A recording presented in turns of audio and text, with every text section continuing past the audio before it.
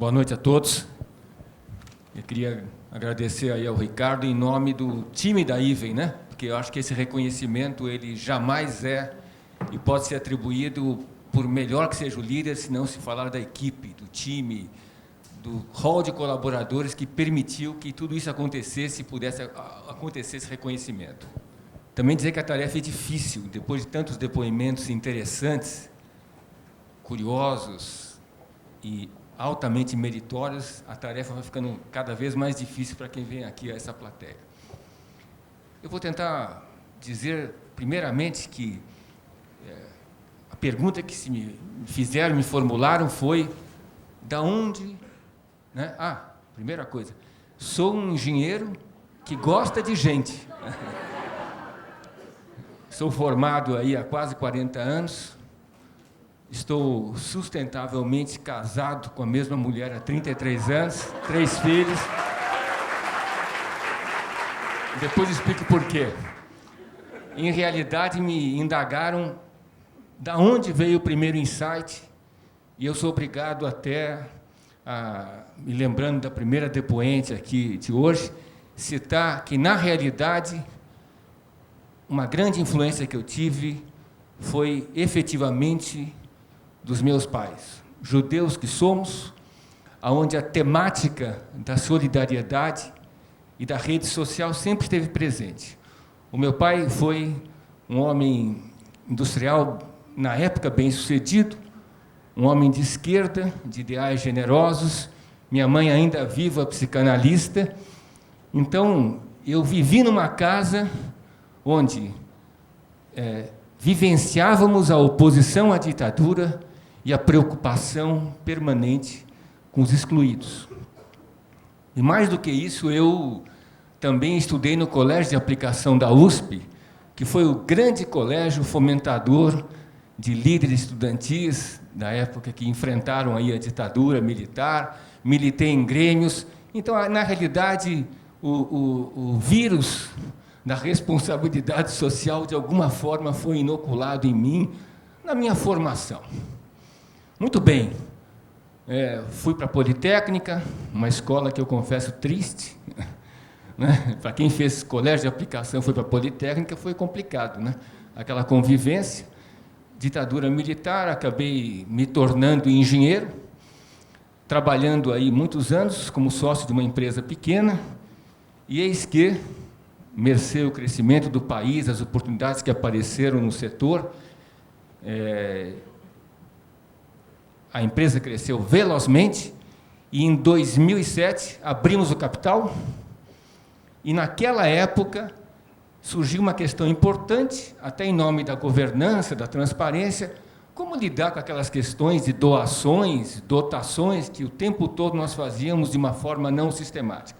Aí entra em ação mais um familiar, a minha mulher, que é doutorada na GV e trabalha com essa temática, e me diz o seguinte: Carlos, em vez de organizar um plano de doações, dotações, por que você não instaura na companhia um programa efetivo de sustentabilidade? Bom, com essa pressão doméstica e com a necessidade empresarial, né, e com o vírus da responsabilidade social, eu fui em frente. Mas eu confesso a vocês, nós estamos aí falando de alguma coisa de 2007, que o início foi bastante complicado. A IVEN não é uma multinacional. A IVEN não tem uma tradição de dezenas de anos de trabalho social. Muito pelo contrário, é uma empresa que cresceu repentinamente. Como conciliar aquela leva de jovens talentosos, loucos pelo crescimento, por ganhar dinheiro, por produzir, por lançar, e começar a conversar com eles sobre essa questão da sustentabilidade. Mas nós fomos lá, né? Então, teve muitas resistências iniciais. No conselho, então, eu nem tocava no assunto, porque o conselho era dominado pelo pessoal dos private equities, aí não tinha papo de sustentabilidade, era um assunto que vinha meio assim, disfarçado, né, para poder introduzir dentro da companhia. Mas nós conseguimos fazer porque teve um fator importante na companhia naquela data. Nos nossos canteiros de obra, sem ter esta intenção premeditada, já havia muita prática de sustentabilidade.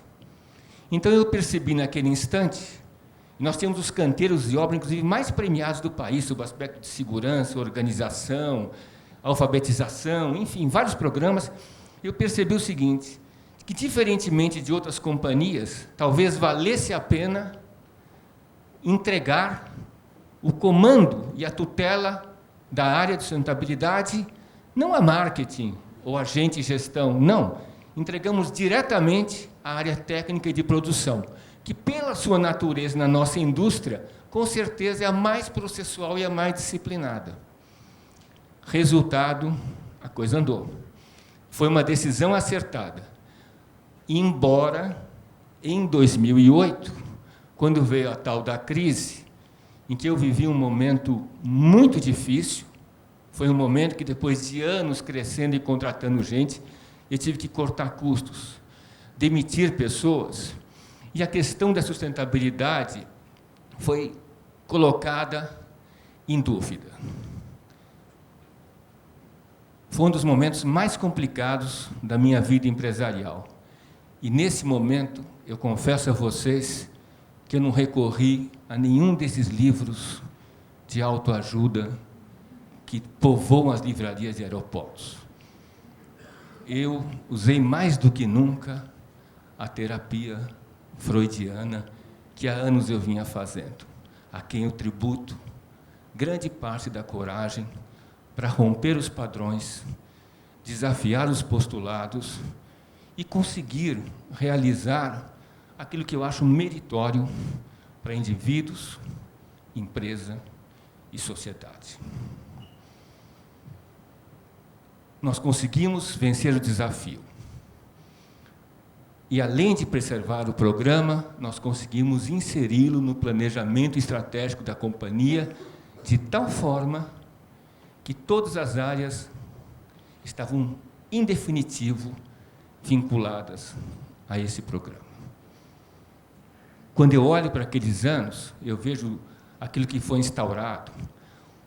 A IVEN, por exemplo, fez o primeiro programa de levantamento de emissão do gás carbônico efeito estufa por tipo de obra, para poder mapear, entender qual que era o efeito da nossa produção no dano ao meio ambiente.